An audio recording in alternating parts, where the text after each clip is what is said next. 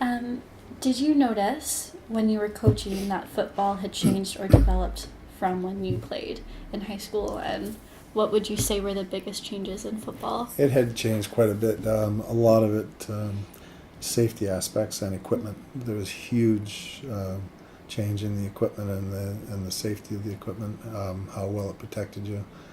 Um, Coaching itself had changed enormously. I mean, back then, uh, you, there was no real, not a lot of safety things when I played football. Coaches really were just, a lot of them were volunteers and didn't take courses and didn't know the best way to teach kids to be the safest on the field. And that I was certified level 3 coach and level 2 for the technical and for the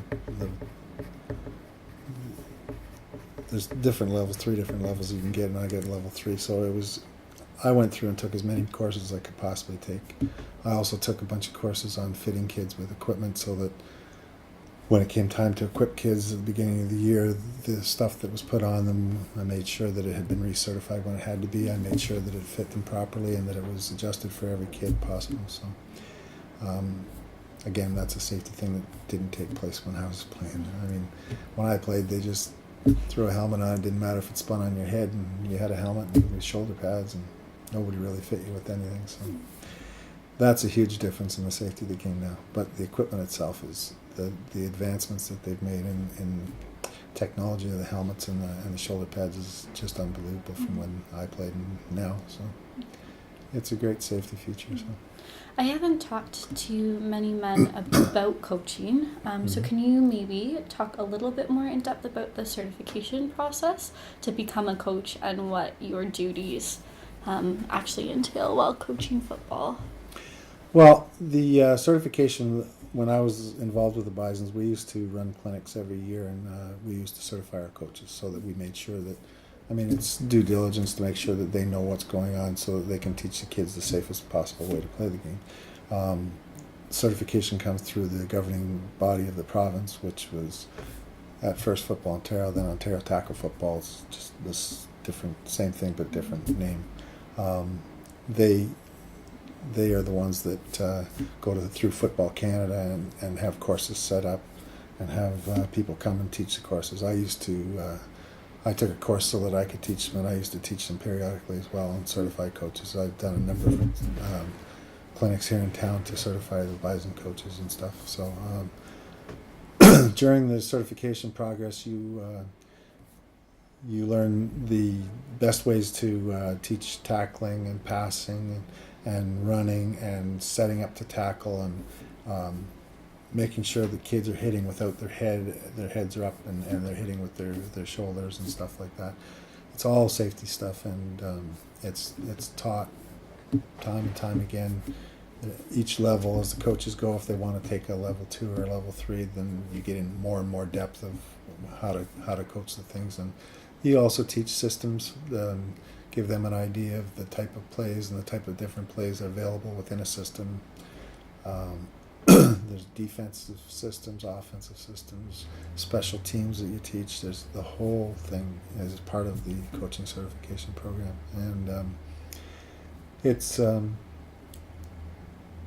I find it very interesting, and a lot of guys do, and a lot of guys back when I started coached for years and years. I'm not familiar with how many coaches have been around for a while now because I've been out of it for a few years. So, but yeah, it's I don't. Did you need anything else about it? Like the coaching itself? As far as I'm concerned, my philosophy's always been that you're not only there to teach the kids the game. You're there to teach them life skills and make sure that they become better people in the long run. And you try and teach them to, win with class and lose with class, because a lot of kids, it's just natural that when they win, they try and rub it in, and when they lose, they take a temper tantrum or something like that. You try and teach them to be the best possible person in both situations, and that's part of coaching too. And you try to make sure that the kids become better people in the long run, and that's, I mean, sometimes it's through talking them aside from everybody, sometimes through discipline, because things that they've done that are crazy on the field. Kids will be kids, and they do stuff, and it's just a matter of making sure that you deal with it at a time and get them in check, and make sure that they, in the long run, they know what it is to be a better person, and it's not all about winning, although every kid enjoys winning. You just make sure that they're good winners and good losers, and become better people in the process. So. Actually wanted to talk about the kids real quick, if that's okay. So you said that you coached kids in their mid-teens too, 15 I've coached kids in the organization. They start. I didn't go right down to the youngest ones, but I started at 11 and went right through to 20 years old over the years. It's a pretty prime age, I feel like, to teach them certain skills. So how do you think football benefits the players, maybe in terms of more life skills than... I think that they learn how to become team members, because football, in my opinion, is probably the most team-oriented sport. Everybody has to be on the same page to be good at it, and to make sure that you're going to be successful in it. You definitely have to learn how to become friendly with people and how to talk to people, because you have to work as a unit out in the field, and you have to make sure that you're doing the proper stuff together and talking. And I think that it also gives them an opportunity just to socialize more with kids their own age, and to learn all the different things that you need to learn to become a team as such, because team to me is the most important thing in sports. There's no real if you're playing a team sport, you have to be a team player. You're not going to be successful as an individual out there. I mean, if it's all me, it's not going to happen for you. So, I mean, that's a big thing that they learn right away, and they learn that everything that they do affects not only them, but it affects the team, and that helps them down the road when they're in the work position.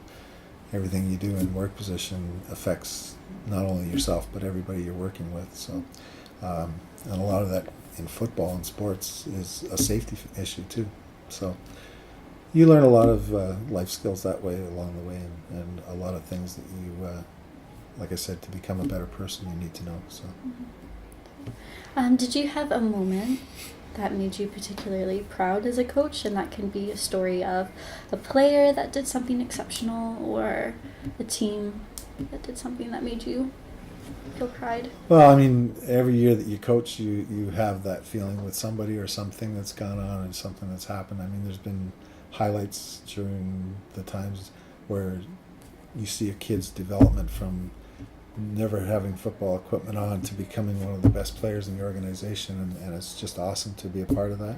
I mean, there's other times when you win a championship, and all the guys just seem to gel together and become a team. It's like a family on the field. That's something that I'm proud of, and that's happened quite a few times over my coaching career. It's things like that just highlight what you're doing, and you think it's all worthwhile, because you see kids develop, see kids become.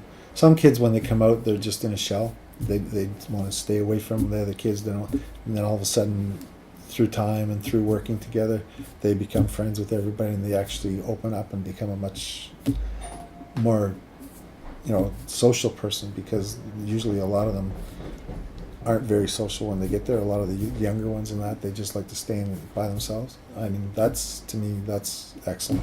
Something coming out of sports. Like I said, there's a million different things. Winning 5 championships is always a great thing. I mean, I was also I coached Team Ontario in the under-19 program. We won the Canada Cup, the Canadian Championship. I've coached with the under-17s Team Ontario, and we've won silver medal, and it's those things are all great highlights in the thing. And you see the kids, and they were all players that from all the organizations within Ontario that you brought together for the tournament. It was like an all-star team, and it was to get them to gel together and to get them to play as a team in such a short time period they have. It was just unbelievable. It was to see it happen. It was great.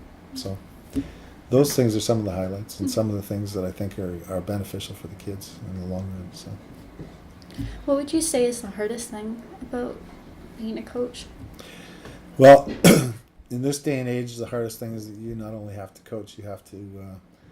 I sometimes think you have to be a shrink because kids bring a lot of issues to the table when they get to the field nowadays that didn't happen really when I was a kid.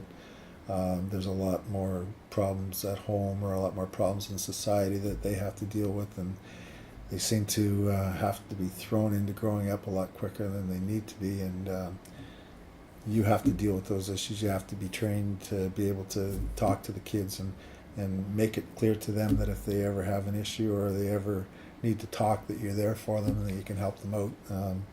So that's another part of coaching now that never existed in the past, but it has in the past 5 or 10 years anyways that I know of, or maybe even longer, 15 years. But kids today just seem to have a lot more issues that they bring to the table, and a lot of them have like they have a lot more on their plate than they need to have on at that age. And when you start talking to them, you start to find out which ones are actually in trouble that way and not, and you can set them aside and talk to them and try and make them feel a lot more comfortable, and hopefully show them how to be a better person and do whatever you can for them. So that's a big difference now. And when I played, coaches didn't really care what you brought. There wasn't a matter of bringing anything to the team. You either did it their way or you were off the team type thing, you know. So they didn't deal with the issues that we dealt with. So. Thank you for doing that too, because I think that is maybe something that a lot of coaches have to do and parents don't realize, and people who aren't involved in the sports just don't get how much you actually take on. So yeah, thank you. Oh, no problem. I mean, to me, that's all part of coaching, and I enjoy, teaching kids how to play a game and try and make them a better person, and that's all part and parcel of it. So, yeah, it's unbelievable how some kids have so much issues today that compared to what it used to be. When I was a kid, I never thought of stuff like that. We just thought about where you're going to meet everybody and play sports or do something, or Now a lot of them, they're so sad, some of the kids. And that's why I think personally that sports are almost more crucial now, because you need that outlet to be able to let go and just focus on something other than everything you have on your plate, right? Yeah, for sure. Yeah.